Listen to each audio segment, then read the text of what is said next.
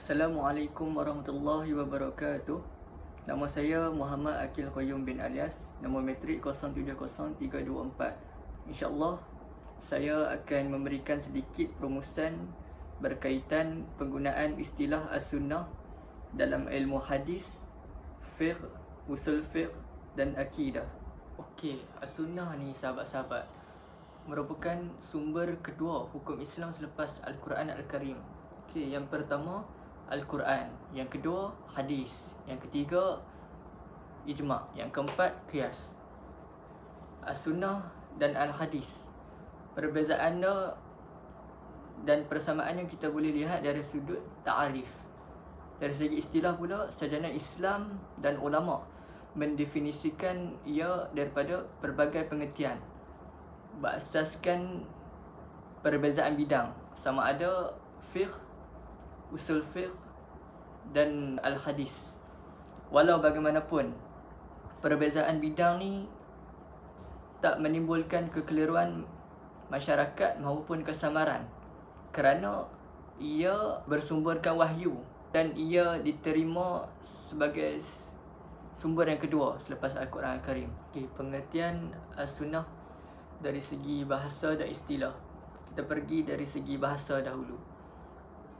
Dari segi bahasa, as-sunnah merujuk kepada as-sirah, yang bermaksud sikap, cara hidup, perilaku seseorang dan sebagainya. Selain itu, as-sunnah juga merujuk kepada al-tariqah, yang bermaksud kelakuan seseorang. Di samping itu, as-sunnah juga merujuk kepada at-tabi'ah, yang bermaksud sikap atau sifat semula jadi. Dan dari segi istilah pula, istilah as-sunnah merujuk kepada tradisi atau ajaran Nabi Muhammad sallallahu alaihi wasallam. Jika kita mahu memahami lagi, kita perlu memahami dahulu asas pembahagian as-sunnah, iaitu tasyrik dan ghair tasyrik. Menurut ahli al-hadis, al-sunnah merujuk kepada sesuatu yang disandarkan kepada Rasulullah sallallahu alaihi wasallam, sama ada ia berbentuk perbuatan, perkataan, persetujuan maupun gambaran sifat baginda, sama ada fizikal, khilqiyah atau pembawaan dan perwatakan baginda sallallahu alaihi wasallam, khuluqiyah dan juga riwayat hidup baginda sallallahu alaihi wasallam, sama ada diutus atau sebelum diutuskan. Okay, pengertian al-sunnah ni sama dengan definisi al-hadis. Dari sini kita dapat lihat bahawasanya ahli al-hadis lebih mementingkan dan mengambil berat terhadap apa jua yang disandarkan oleh Nabi sebagai seorang insan yang terbaik dan menjadi ikutan seluruh manusia, tanpa mengambil kira ia ada implikasi hukum ataupun tidak. Hadis-hadis ini menjadi sumber utama yang memperkuat dan menjelaskan ajaran Islam. Istilah as-sunnah dalam usul fiqh pula, menurut ahli usul fiqh, as-sunnah merujuk kepada sesuatu yang datang daripada Rasulullah sallallahu alaihi wasallam, sama ada daripada percakapan atau perbuatan atau persetujuan baginda sallallahu alaihi wasallam, yang boleh dikaitkan dengan pensyariatan dan penetapan hukum syarak.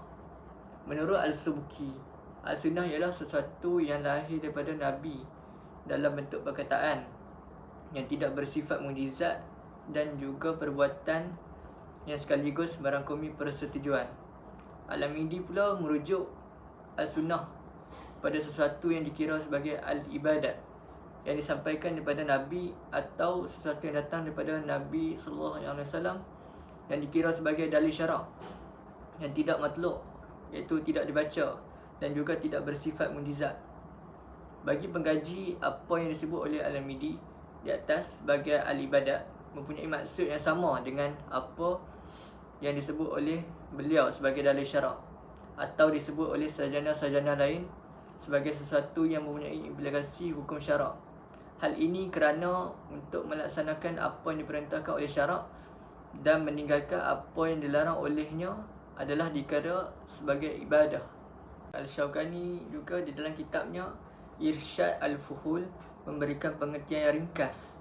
Beliau mendefinisikan as-sunnah sebagai percakapan Nabi SAW, perbuatan dan persetujuan sebagai dalil syarak.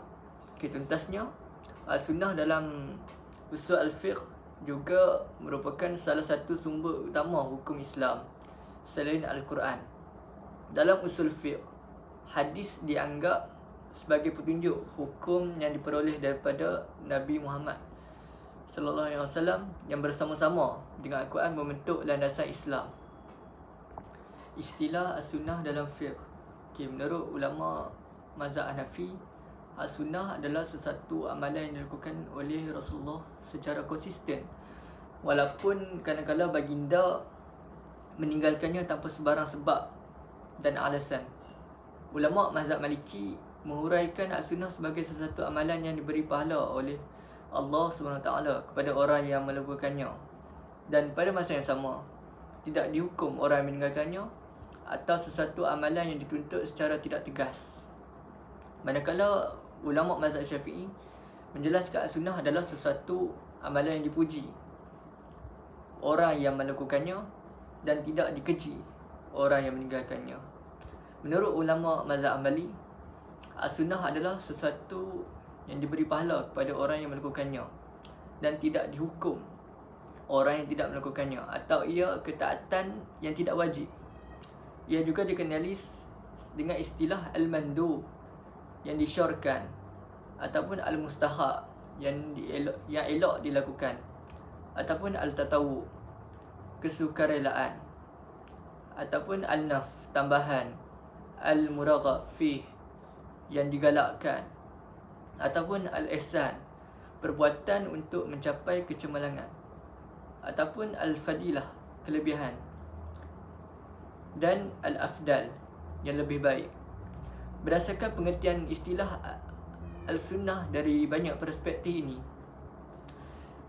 dapat disimpulkan bahawa ahli usul fiqh sahaja yang tertakluk kepada perbincangan ini.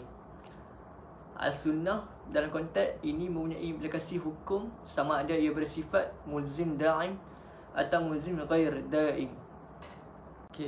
Manakala ahli al-hadis pula memfokuskan kajian kepada aspek pensabitan sesuatu perbuatan atau kenyataan kepada Nabi SAW.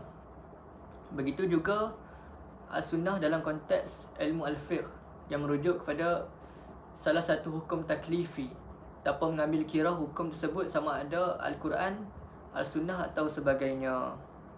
Oleh itu, dalam ilmu fiqh iaitu hukum Islam, Al-Sunnah digunakan untuk menetapkan hukum-hukum dan tata cara beribadah.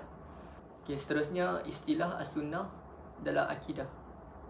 Dalam konteks akidah iaitu keyakinan, As-Sunnah juga merujuk pada ajaran dan keyakinan yang diwariskan daripada Nabi Muhammad SAW. Hal ini termasuk keyakinan terhadap sifat Allah, malaikat, kitab-kitabnya, rasul-rasulnya, hari kiamat dan takdir. Kita sebagai umat Islam haruslah mengikuti as-sunnah supaya dapat memelihara ajaran-ajaran Islam serta yang diwariskan itu secara sahih. Para ulama juga bersepakati pentingnya mengikuti as-sunnah dalam hal akidah.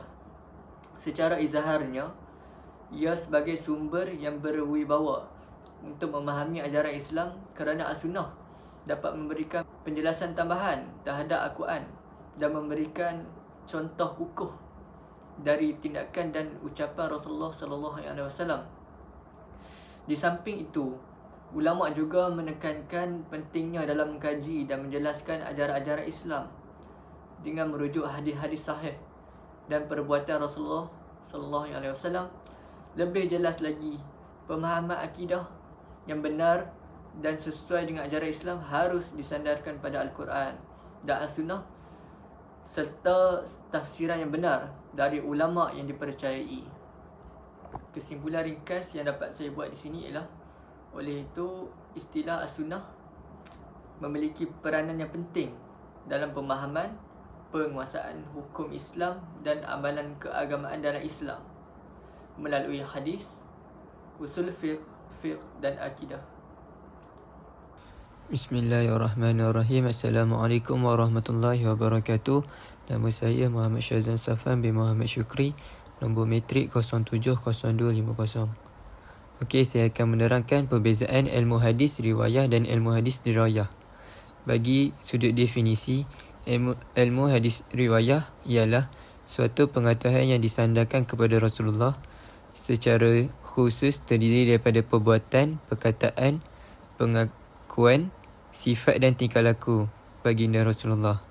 Untuk hadis dirayah pula, ilmu yang membahaskan tentang sanad dan matan sama ada hadis itu diterima atau ditolak. Okey, seterusnya, objek perbahasan bagi hadis riwayah ialah segala perkataan, perbuatan dan persetujuan Nabi Muhammad SAW.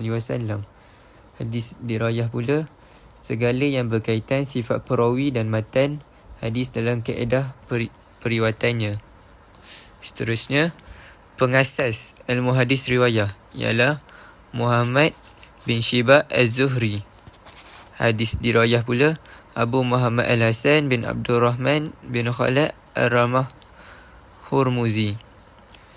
Tujuan wujudnya hadis riwayah ini ialah untuk memelihara syariah Islam dan kepentingan sunnah. Untuk hadis dirayah pula, meneliti hadis berdasarkan kaedah-kaedah atau pensyaratan dalam periwayatannya. Faedah ilmu hadis riwayah ialah menjauhi kesalahan dalam periwayatan hadis. Untuk hadis dirayah pula, untuk mengetahui periwayatan yang diterima sama ada makbul atau maudud. Seterusnya, perkembangan hadis riwayah dan dirayah di zaman para sahabat. Mula-mula, mereka tidak melakukan kaedah penulisan dan pembukuan hadis. Ini kerana masih ramai para sahabat yang masih menghafal hadis. Seterusnya, kerana Rasulullah sendiri tidak melakukannya. Selepas itu, membimbangi terganggunya tumpuan penulisan Al-Quran. Sebab waktu itu, para sahabat masih melakukan penulisan Al-Quran. Risau orang terkeliru dengan Al-Quran dengan hadis itu. Seterusnya, para sahabat mencerita pada sahabat yang lain. Mereka tak perlu penulisan sebab jika mereka ada persoalan, mereka boleh tanya pada sahabat yang lain yang lebih memahami akan sesuatu hadis itu. Sekian, terima kasih. Okay. Harap kawan-kawan dapat ambil manfaat dan juga faham apa yang disampaikan. Okay, itu sahaja. Terima kasih.